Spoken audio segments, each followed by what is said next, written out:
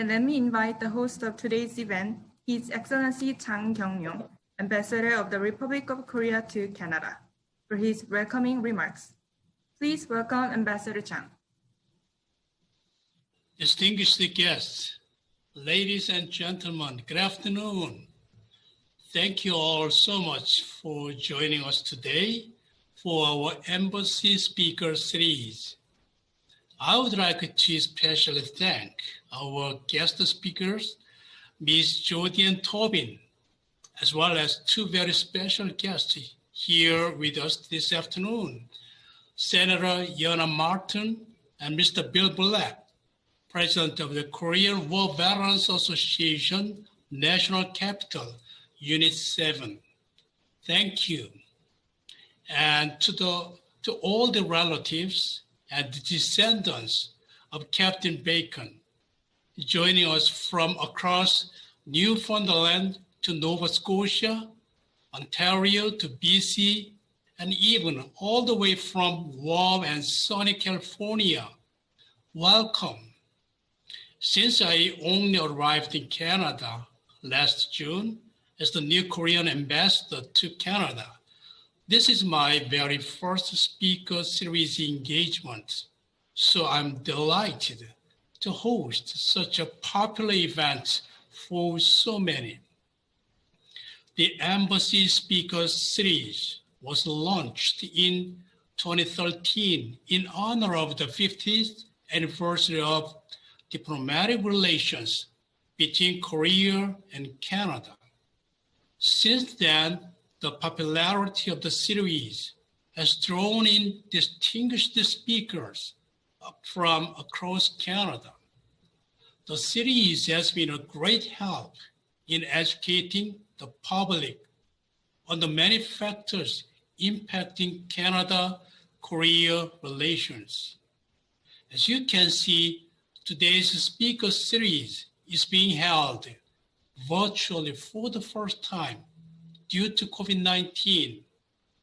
Even though we cannot be physically together, our spirit remains connected. We are honored to have our invited speaker, Ms. Jodian Tobin, Captain Bacon's granddaughter, here with us today. Before I hand this over to Ms. Tobin, I would like to just point out the fact that Captain Bacon is the first and only Canadian Armed Forces member ever to have received the Republic of Korea's Order of Merit for National Foundation. As we commemorate the 80th anniversary of the establishment of Korean Liberation Army for Korea's independence, as well as the 70th anniversary of the outbreak of the Korean War, it is particularly meaningful that the honor has been bestowed this year by the Korean government upon a true Canadian hero, Reverend Captain Bacon. I'm also truly thankful to the descendants of Captain Bacon, including Mrs. Elsa Dixon, the youngest daughter of Captain Bacon, for generously providing all the important documents and photos during the lengthy nomination process. Also, to Dr. Hugh Bacon, the eldest son of Captain Bacon, who attended the award ceremony in Vancouver and received such a prestigious honor on behalf of his father. The Korean government will continue its work to preserve the stories of our heroes so that we may pass on their storied legacy through the generations. The Ministry of the Patriots and Veterans Affairs of Korea has already invited Mrs. Edith Smith, the eldest daughter of Captain Bacon, to participate in the Visit Korea program. and it is my sincere hope that she can visit her birthplace sooner rather than later. Again, it is my great pleasure and honor to introduce Ms. Tobin, our guest speaker for today's session.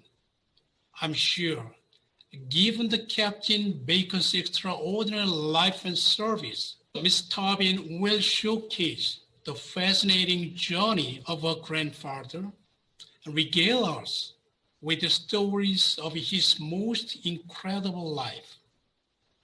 Ms. Tobin, I would like to extend my sincere thanks to you for your participation this afternoon and for your contribution to our Embassy Speakers Series. The floor is yours. Thank you, Ambassador.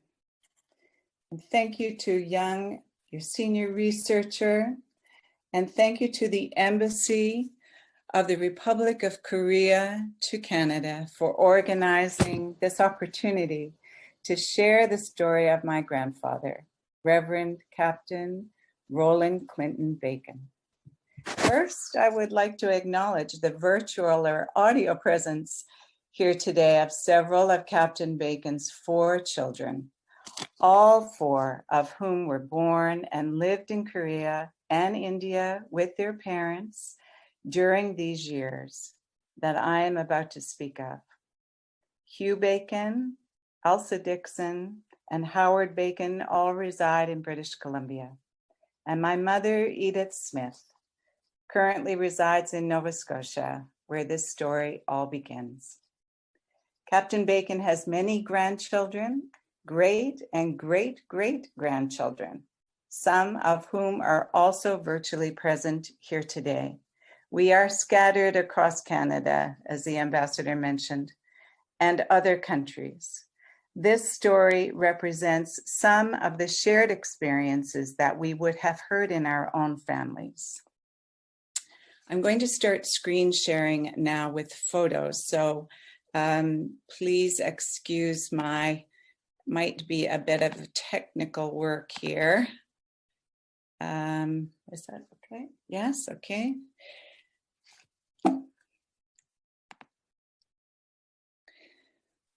We know so many details of the work and personal life of Captain Bacon and his wife, Elizabeth Pearl Bacon, because they were of a generation of writers who shared their lived experiences in letters to their families back in Nova Scotia. Here in this photo, we see one of these letters. I also want to acknowledge the lifetime of work that my Aunt Elsa, one of Captain Bacon's daughters, has given in preserving, curating, and protecting this material so that the family could know the story. The story is remarkable. Reverend Roland Bacon was ordained as a minister of the United Church of Canada in 1931, seen here in this photo upon his graduation with his certificate in theology at Pine Hill Divinity Hall, Halifax, Nova Scotia. Roland was born in Nova Scotia on March 28, 1904, as one of 8 children to Clinton and Lillian Bacon. In this photo, we see the Bacon family. Roland Bacon is in the top right-hand corner in the second row. Roland Bacon actually has one living sibling, Roger Stewart Bacon, the youngest, seated to the right of his mother. Roland Bacon's brother, Roger Stewart Bacon, continues to reside on the family farm in Upper Nepean, Nova Scotia. He is 94 years old. Roger Bacon is a retired politician and a former premier of Nova Scotia. How did Reverend Captain Roland Bacon, a missionary from Nova Scotia, a man of deep religious faith and commitment and service to God, become attached to the British intelligence, SOE, Special Operations Executive, Southeast Asia Command in India in World War II? And why did Captain Bacon risk his life and ultimately die fighting alongside officers of the Korean National Army Liaison Unit, NALU, on the front lines in the Battle of Mandalay in Burma on March 13, 1945? He would have celebrated his 41st birthday in just 15 days from that date. He left his widow, Elizabeth Pearl Bacon, and 4 children seen in this photo, all under the age of 12 years living in India. Elizabeth and Roland are seen and seated here in this photo. Their 4 children left to right would be my mother, Edith, Elsa, Howard, and Hugh. This photo was taken in Landor, Missouri, in the Himalayan foothills, while Captain Bacon was home on a Christmas leave in December 1943. Captain Bacon did not live to see his children grow into adults. He did not meet his grandchildren or their descendants. We are going to review the story of how Reverend Roland Bacon and his wife Pearl grew to love Korea and Koreans so deeply that they agreed together the commitment of Roland taking a leave from the mission work in India and enlisting in the British Army's counter-operation against the Japanese forces was honorable and necessary. They were a couple who deeply understood and felt the passion of Korea's desire to reclaim and liberate their country from a forceful annexation by the Japanese in 1910. The connection of this couple to Korea begins with Elizabeth Pearl McCrae's birth in 1908 in Hamhung, Korea, North Korea today.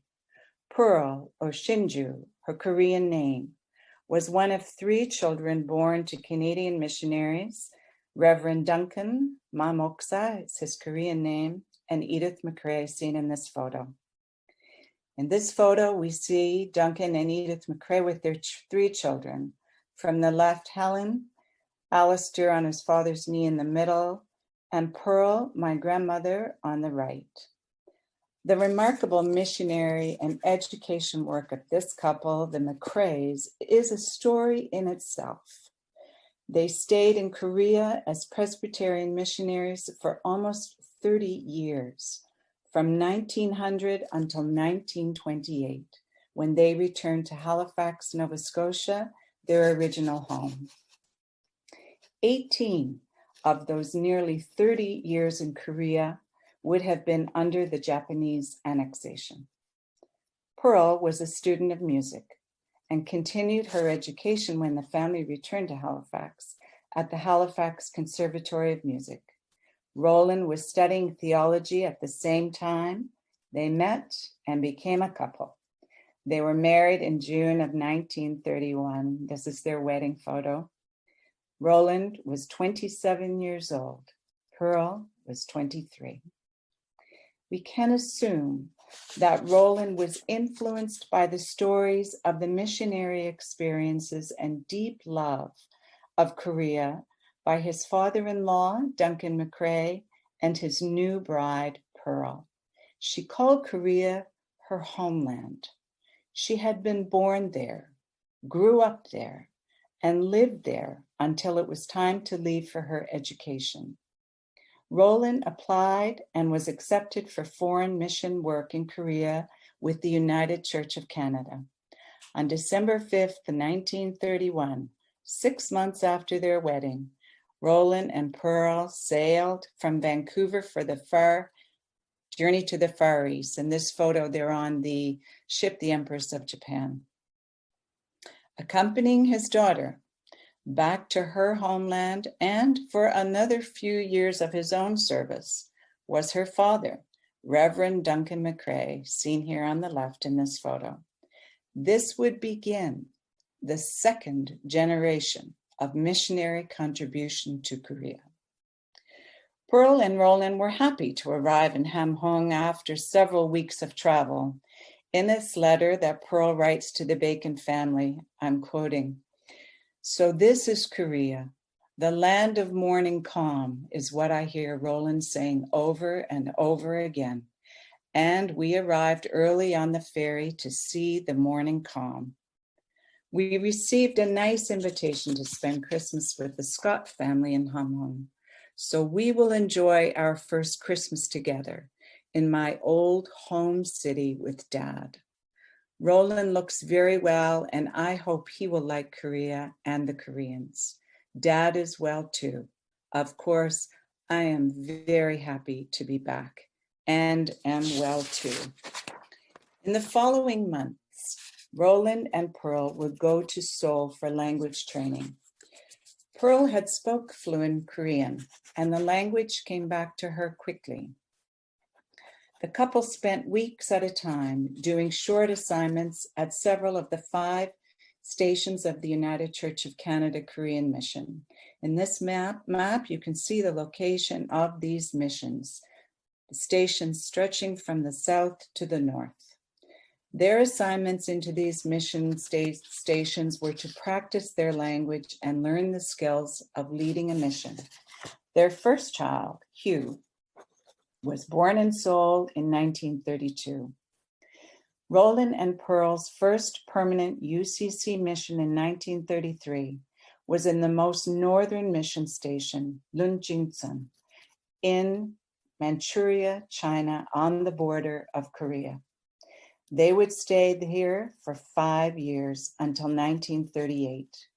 Roland taught and for a time was acting principal in the large boys' high school seen here, Jin Academy, and supervised the construction of the new Bible Institute. In this photo, we see Roland Bacon seated in the middle in the front and some of the Korean teaching staff of the Men's Bible Institute. Many Koreans who had fled to Manchuria to escape the Japanese annexation were graduates of the high school. Some seen in this photo. They went on to contribute to the growth of the Republic of Korea after the end of World War II. By 1935, there were over 700,000 Koreans living in Manchuria. Meanwhile, Pearl was busy as principal of the kindergarten and taught in the Women's Bible Institute and the Boys Academy. She was in charge of church music and choirs at the mission.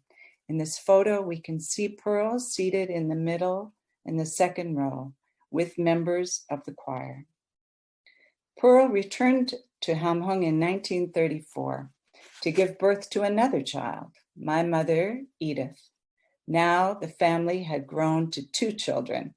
This is an older photo of Hugh on the left and my mother on the right.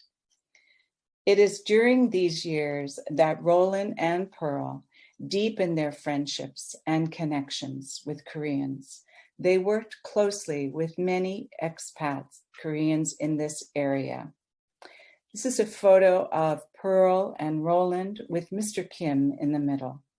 Mr. Kim was Roland's language teacher and secretary.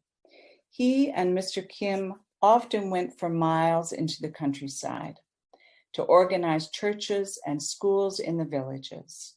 Chinese warlords and armed gangs of bandits roamed on horseback.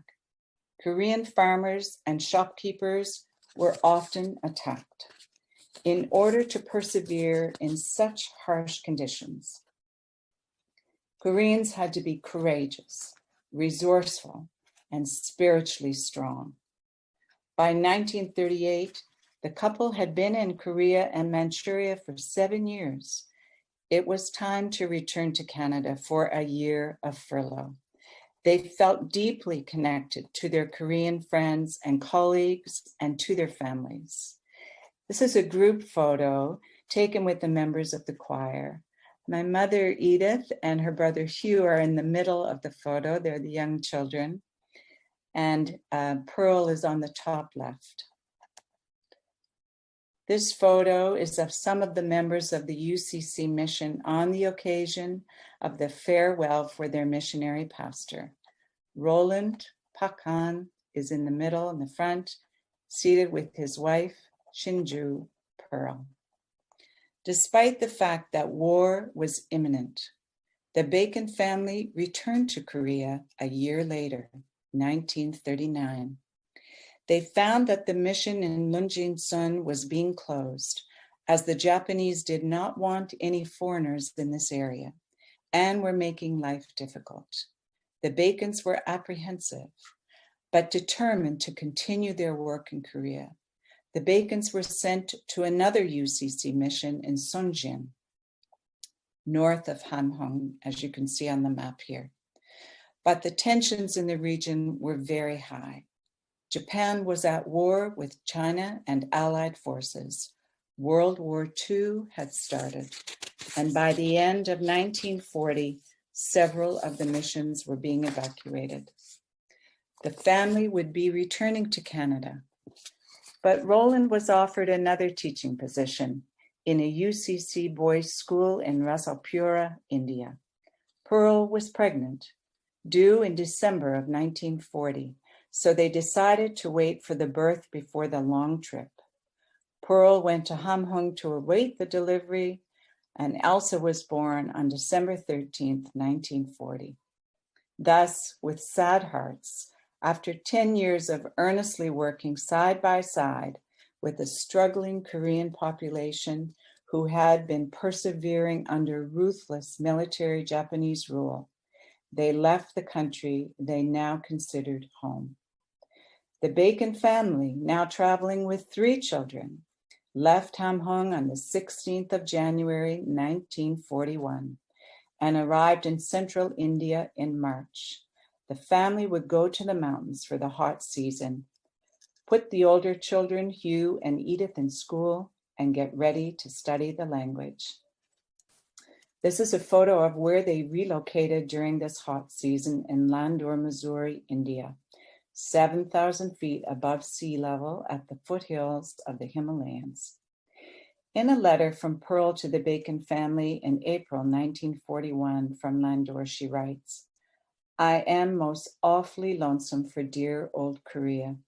After all, Korea is Korea and home sweet home to me." In another letter in July, Pearl writes, "So far, Roly and I still feel that Korea is uppermost in our hearts. We are still wondering if we will ever be able to return to our work there. It's just so hard not to be able to talk Korean and to see Koreans around. We miss our friends there very, very much." A 4th child, Howard, was born in January 1942 in the Canadian Mission Hospital in Indore, central India, to complete the family. This is a photo of Roland and Pearl with their 2 youngest children, Elsa and Howard, in Rasalpura, India in 1942. The Japanese invasion of Burma in the previous December was the opening phase of the Burma campaign. There was a mass exodus in February 1942 as the Indian population of Burma fled to India. The Japanese invasion of Burma and encroaching strength of their forces rekindled feelings in Roland and Pearl of the anxieties and fears of living so many years under Japanese occupation in Korea and Manchuria. The Bacons were well aware of Japanese military capabilities and political intentions. The Japanese now occupied all of Burma. India would be next, unless the Japanese were stopped in Burma. We do not know at this point the personal and private conversations that Roland and Pearl would have had together in these early months of 1942, living so close to the tensions and fighting on the India-Burma border. The British commander of the Burma troops, Lieutenant General William Slim, seen in this photo, had tried to mount a counteroffensive on the Western Front, but his troops were repeatedly outflanked and were gradually pushed northwards towards Mandalay and retreated into Assam and India. This is a photo of Roland with the 4 children now, a little bit older, Elsa is in his arms, Hugh beside him, and in my mother's arms is Howard. My mother's on the right. We know of Roland and Pearl's deep love of Korea and Koreans, their commitment to their friend and colleagues in their land that would never be truly independent unless the Japanese were defeated. Korean resistance had moved to Manchuria to escape the occupation of 1910 and had formed an army calling themselves the Korean Liberation Army. We know that Roland did not go to Korea in 1931 to fight. He went to serve as a man of God. But service comes in many forms, and his desire to join the effort to defeat the Japanese was so strong that, with Pearl's blessing and no easy task on her part to be left with 4 children, Roland took a leave of absence from his UCC teaching position in India and enlisted for active service, not as a military chaplain, but active service with the British Indian Army in September 1942. Pearl remained in Landur in the Himalayan foothills with the 4 children. After completing his officer training and cipher courses, now Lieutenant Bacon was attached to the 7th Rajput Regiment. He was deployed to Assam in eastern India to work in the Cipher Radio Corps with the US Army Air Force, who were carrying supplies to the Chinese forces fighting the Japanese in China. In 1943, Lieutenant Bacon was assigned to the Special Operations Executive of British Intelligence, Southeast Asia Command. The Korean Provisional Government had been equipping their Korean Liberation Army, this is a stock photo, and reconnecting their forces to create a strong fighting force of volunteers to fight with the Chinese and other allied forces against the Japanese. This talented group came to the attention of the British SOE, the Special Operations Executive in India, who desperately needed soldiers who could speak fluent Japanese. The SOE had formed an Indian Field Broadcasting Unit, FIBU, to carry out combat propaganda in the field. Lieutenant Colonel George Steer was to create and lead this unit, a unit that tried to break Japanese morale by loudspeaker with speeches in Japanese and sentimental music on the front lines and behind the front lines. It would be a challenging task. Japanese soldiers had been indoctrinated with the absolute shame and horror of surrender. To surrender was a disgrace. These broadcasting units worked in small and highly mobile groups, and they needed men with military training who could speak fluent Japanese. The Korean Liberation Army dispatched a Korean National Army Liaison Unit, NALO, to the field in India in 1943. In this photo, we see Captain Bacon seated in the front with the Korean officers of NALO. The importance of NALO in special task operations as members of the Allied powers on the front lines in World War II is prominent in the history of Korean independence.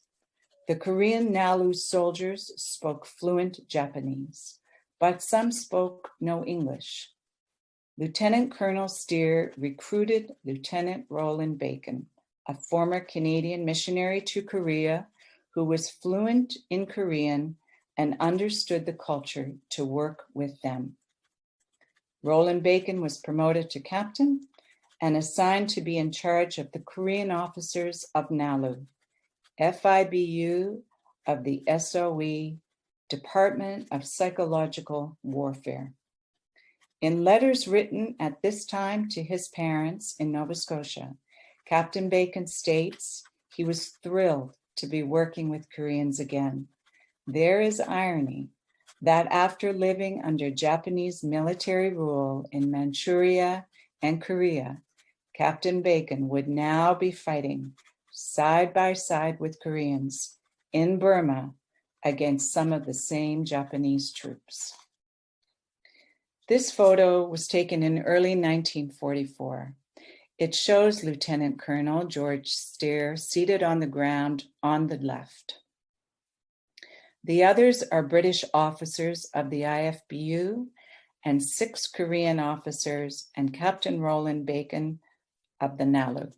Captain Bacon is on the right in this photo.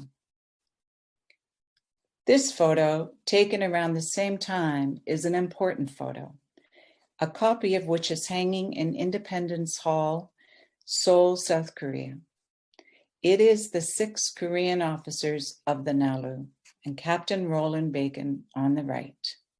The inscription reads, "Members dispatched to India and region present the Korean flag to the British Army."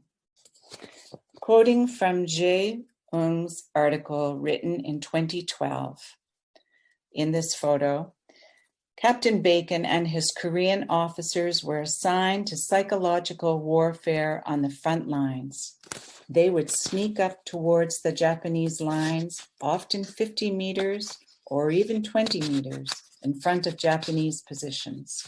They also dragged along a big radio and an amplifier to play Japanese music and read grim news of the Japanese situation to persuade them to surrender. In other work, Koreans would interrogate Japanese prisoners and interpret Japanese documents and maps for Allied use.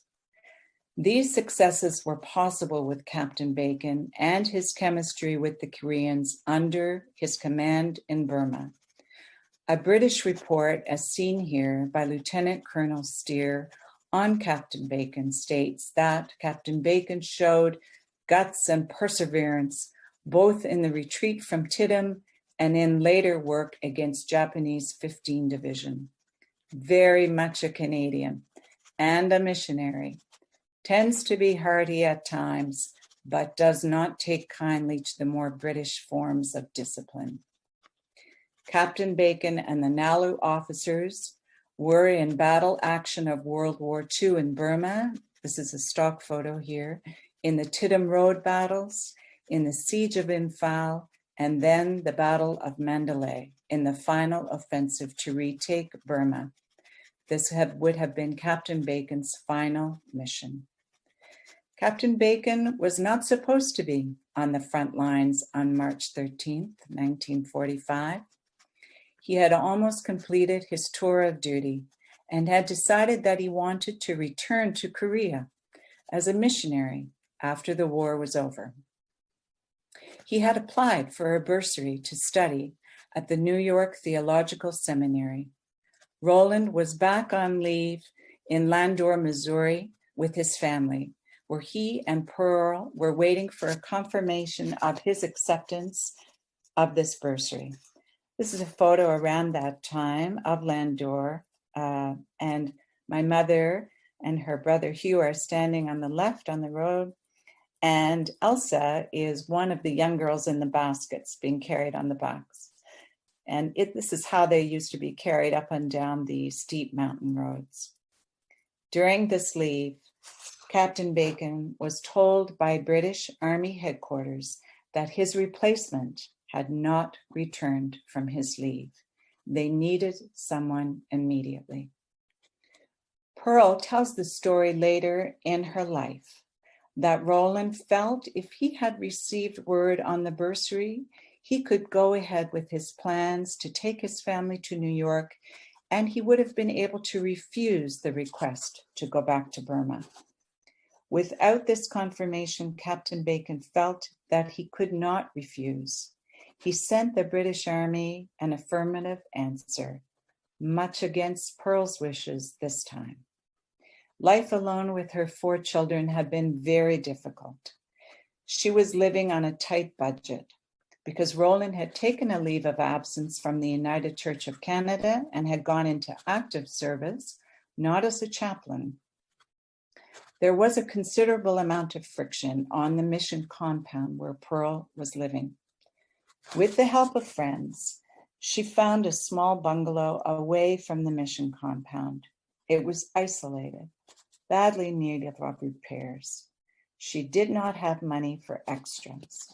She depended on the kindness of the Indian shopkeepers who gave her food and material to make into clothes, all on credit. Pearl insisted that if Roland was going to return to the front in Burma, that he should set up their bank account as a joint account, or she would go find work, as she did not intend to beg from anyone again. He agreed to do so. Within a day after Roland left, Pearl received this letter that they had been waiting for, the confirmation of the bursary. She immediately wired him in Calcutta to stop him from going back to the front lines of Burma, but he had already left. This is a copy of the cable notification of Captain Bacon's death and death notices that appeared in the Nova Scotian newspapers.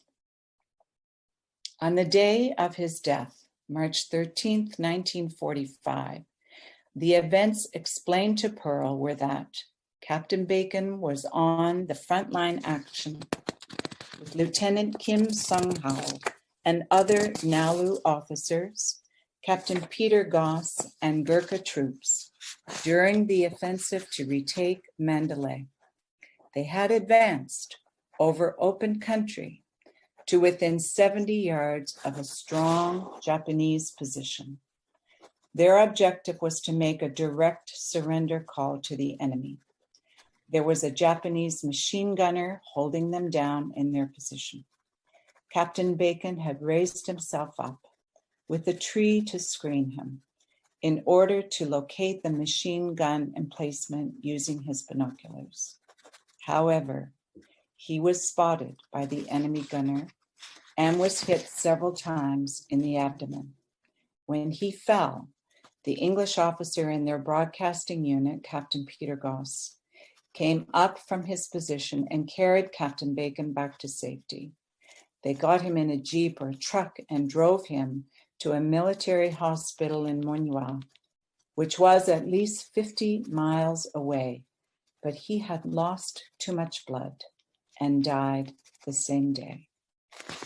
Pearl stated later that after she received the wire saying that Roland had been killed, a letter dated before his death came from the British Army saying that he was to be promoted to the rank of major.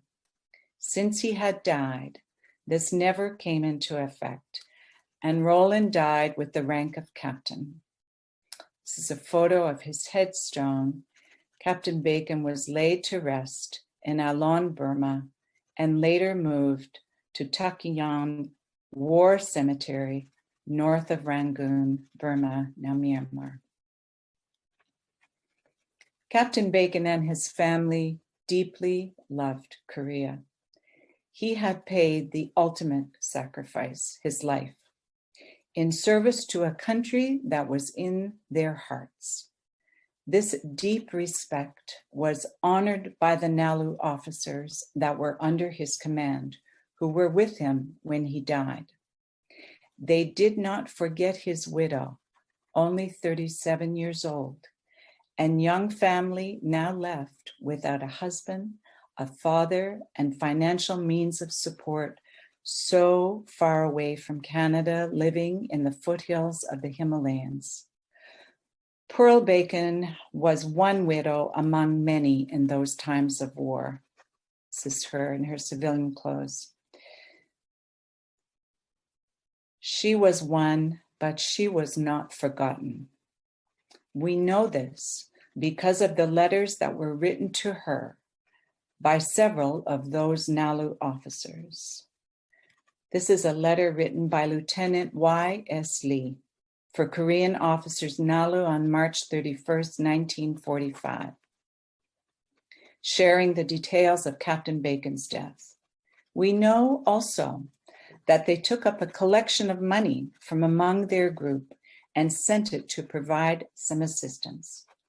Since Captain Bacon had taken a leave from the United Church, Pearl needed to find work to support her family in India until it was safe to return back to Canada. These NALU officers also actively sought employment for Pearl Bacon to give her a source of income. This letter, dated April 20th, written by Captain Song, 1945, states, "I have always in mind the welfare of you and your children. There is some interesting news for you. Major An and Miss An, accompanied by their friend, have arrived in Calcutta on 5th April. Major An wrote to saying that he is expecting 5 Koreans to arrive in Cal round about 15th of this month to work in field broadcasting and propaganda work. The above news gave me great happiness since they can look after your welfare in my absence. I have already written a letter to Major Han in which I have requested him to do all that he can possibly do for you. Very recently, I received a letter from Lieutenant Colonel Johnson in which he states that he has already fixed you up as an IFBU liaison officer to NALO, but he has not yet resolved as to the question of accommodation. I am very sorry about this, but I will try again so that everything will be arranged to your comfort. I believe that Lieutenant Colonel J and Major H between them will do all that they can." In this photo, we see Pearl Bacon standing between Major An and Miss An, taken in Calcutta in 1945. This photo has been added by the Ministry of Patriots and Veterans Affairs of Korea to their archives collection. Major An was the leader of the Indian Field Broadcasting Unit of the Korean Liberation Army. His wife, Miss An, is the niece of An Jung-gun, a national hero of Korea, for his efforts for Korean independence. This photo is of Pearl Bacon in uniform now. Through the interventions of the NALU officers with Major An, Pearl Bacon joined the IFBU in Calcutta as a liaison officer to the NALU, as she also was fluent in the Korean language. She worked with the Psychological Warfare Department. We are not certain of her rank. The older 2 children, Hugh and Edith, finished their terms in boarding school in Landur, and she took the younger 2 children, Elsa and Howard, with her to Calcutta. After about 3 months, Pearl became very ill with cholera and dysentery. After her recovery, she was then assigned to manage the Ensa Hotel. We see her standing here in Darjeeling, India. Ensa is the Entertainment's National Service Association. Their hotels were where troop entertainers and military personnel had rest periods. She and her 4 children were in Darjeeling, India, until the summer of 1946, more than a year after Captain Bacon had been killed, until she could arrange passage for herself and her family to return to Canada. 75 years after the death of Captain Bacon, Korea has kept faith with the recognition of Captain Bacon's service and sacrifice. In January of this year, the Ambassador and Embassy of Republic of Korea to Canada, on behalf of the Korean government, nominated Captain Roland Bacon to the Order of Merit for National Foundation. The order is awarded by the President of South Korea for outstanding meritorious services in the interest of founding or laying a foundation for the Republic of Korea. I'm showing photos here now of the medal ceremony. This is Hugh Bacon. On September 24th of this year, the Order of Merit for National Foundation was presented posthumously to Hugh Bacon, eldest son of Captain Roland Bacon, at the Consulate General of the Republic of Korea in Vancouver. The medal was presented by the Consul General. The citation states, in recognition of and appreciation for his outstanding and meritorious service rendered to independence and national foundation of Korea. I hereby present posthumous honors in accordance with the powers delegated to me by the Constitution of the Republic of Korea. The Order of Merit for National Foundation, the Honorable Captain Roland Clinton Bacon, Canada, Moon Jae-in, President of the Republic of Korea. And this is a photo of the beautiful medal. Captain Bacon is the first and only Canadian Allied Forces member to be awarded this honor. As one of the descendants of Captain Roland Clinton Bacon, on behalf of his 4 children and all of their children and grandchildren, I want to thank you, Ambassador, and thank all of your team here in Canada for recognizing the selfless contribution of a man of God in a time of great crisis. Thank you.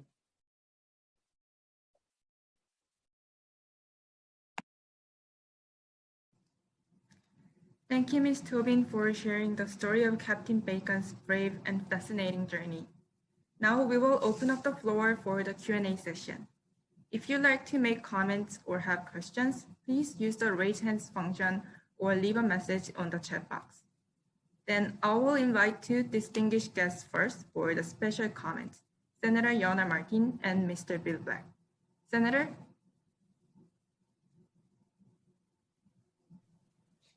Yes. Can you hear me, my voice okay? Yeah, it's perfect. Okay, wonderful.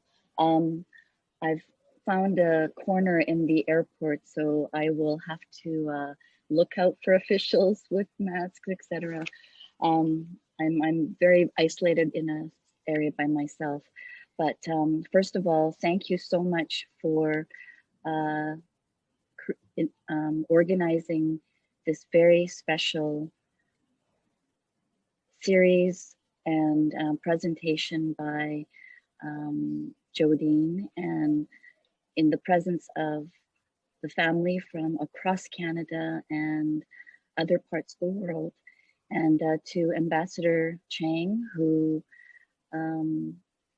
started us off by acknowledging this very special recognition of a Canadian hero, but most importantly, a hero of Korea who has been deservedly recognized. So I see Bill Black and other veterans of the Korean War are real life heroes among us. And as a daughter of Korea, born in Seoul, the same city where I know Dr. Hugh Bacon was born. And he and I both left our beloved Korea at age 7. He went to India with his family and I came to Canada. And so for me personally, this is a very special moment to bring this incredible family and community together on such a special occasion to hear about the incredible life of not just Captain Bacon, but also his wife, who was equally courageous and heroic. So I wanted to just, first of all, on behalf of the Senate of Canada, recognize this incredible family's service and dedication in Korea, the country of my birth, and for my parents who both were born in the period of the annexation, colonization of Korea who survived the Korean War because of our sacrifice of Canadians that were there, that we have such Canadian missionaries and service men and women who allowed my parents to find life and freedom, and for me to be able to be here as a Canadian senator to say thank you on their behalf and thank you on behalf of our nation. When I met Dr. Hugh Bacon in 2017, it was actually 2016. It was for me actually putting together some pieces of a puzzle, which I never understood because my father had already passed. And he loved the English language. He said he learned it when he was a teenager in North Korea. And I never understood how that was possible. But when Dr. Hugh Bacon and I looked through the album that showed what his parents had done, and what education had been one of the focus, that my father must have discovered his passion for English through a school that he would have attended. And so I'm here today just simply to learn and to continue to be inspired by this incredible story. And to the family of Captain Roland Clinton Bacon, thank you for the sacrifices your family made in the past. And on this day to just receive our thanks, our deepest thanks. And on a very personal level, my personal thanks to what happened, because I know all the people of Korean descent would not be here today had it not been for what Captain Bacon and others did in Korea. So merci beaucoup. Thank you so much. 감사합니다. Thank you, Senator. Mr. Black, the floor is yours.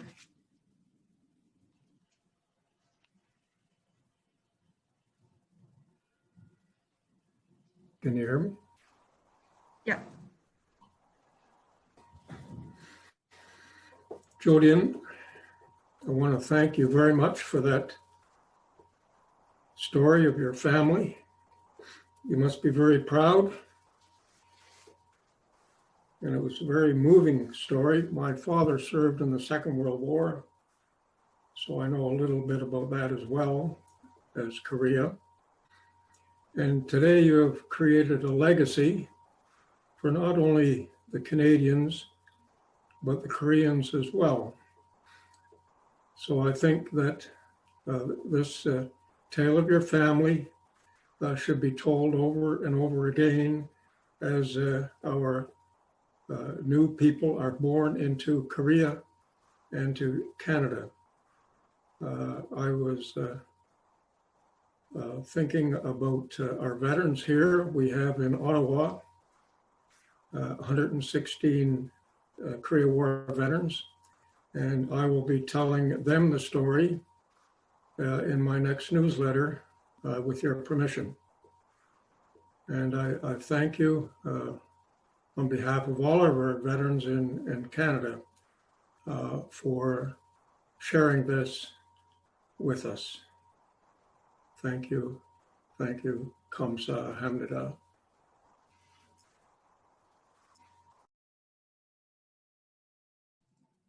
Thank you, Mr. Black. Those who are joining us by dial-in, please feel free to step in if you have anything to share.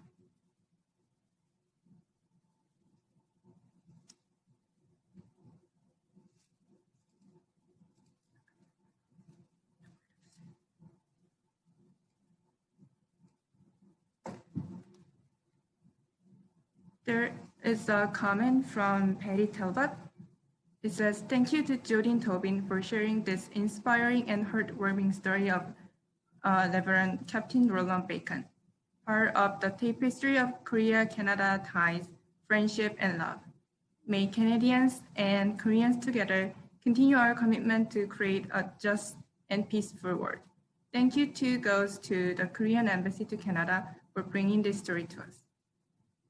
Thank you, Ms. Talbot, for your comments.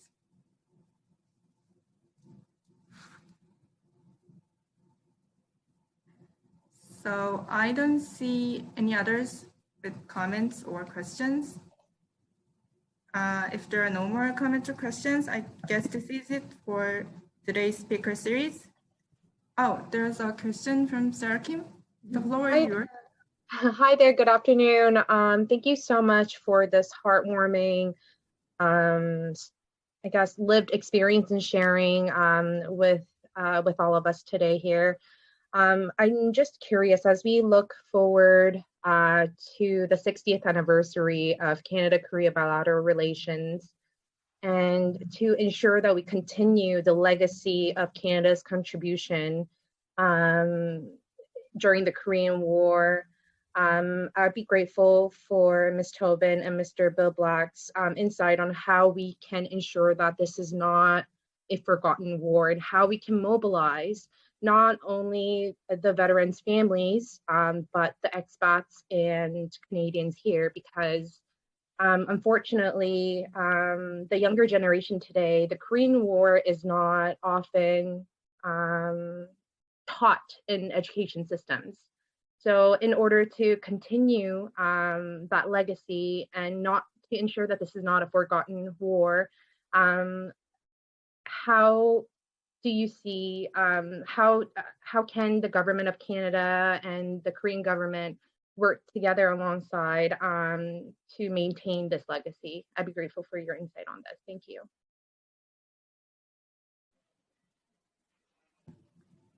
Senator, Yes, if I may answer that question from my point of view.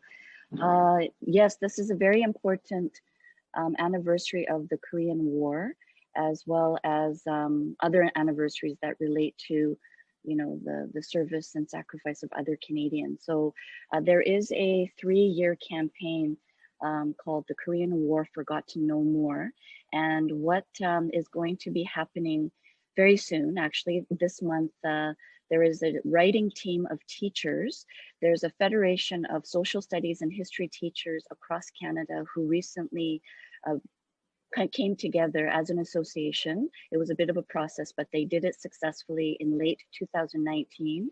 At the start of this year, 2020, Bill Black and other veterans were there as witnesses, as were Young Hae Lee, the president of Canada Korea Society, and others, to witness MOU signing between the federation of these teachers and a foundation that was set up in Canada to sort of help just continue the legacy of Canadians in Korea, particularly with the Korean War and other stories like Captain Bacon's.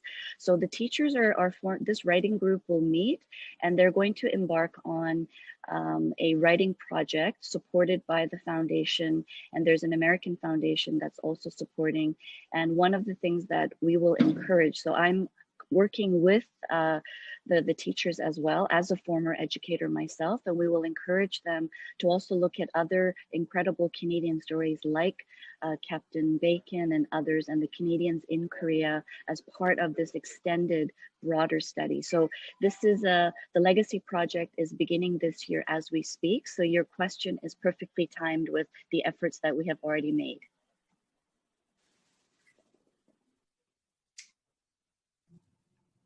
Thank you, Senator. There was another comment from Margaret Joan Robb. It says, my family, beginning with my grandparents, Reverend Alexander Robb and Bessie Robb, worked in the same places as the McRae's in Korea. In fact, the Robbs, Foots, and McRae's were sent to Korea at the same time in 19,000 by the Maritime Presbytery, and they were very closely associated for many years. Thank you for your comments. Hello. And can I comment on something? My name is Catherine Song.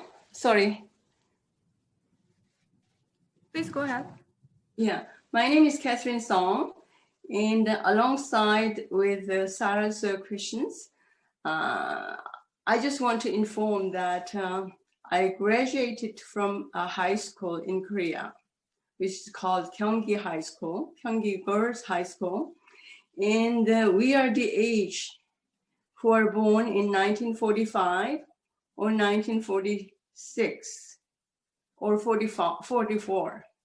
And those people became age of 75 or 76.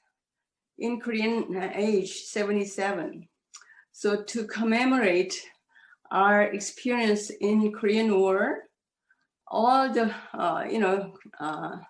graduates from that year wrote about their experiences in Korean War.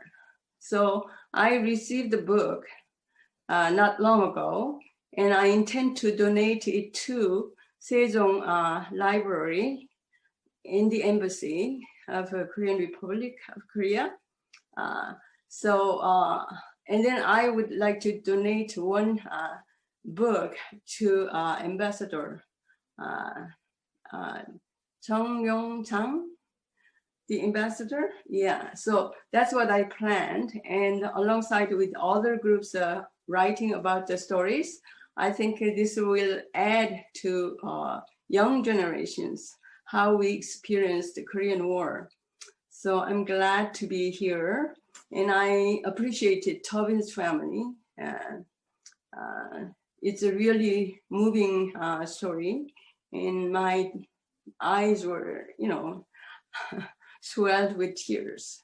And I appreciated their contributions and their fight for Korean liberation. I really am grateful and thankful for those families. Thank you. This is the story.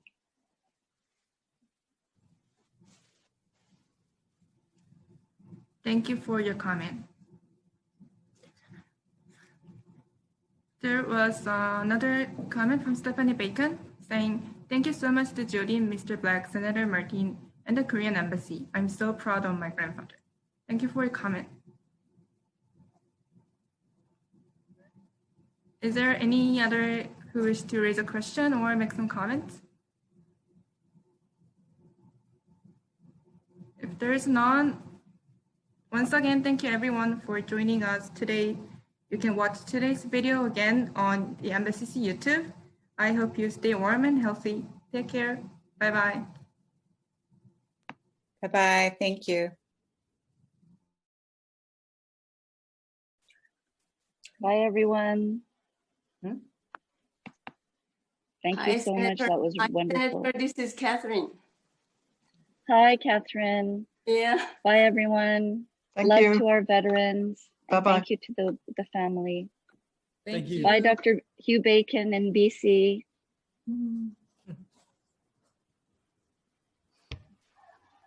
Thank you, Ambassador. Thank you, Senator. It was a great presentation. Thank you, everyone. See you soon.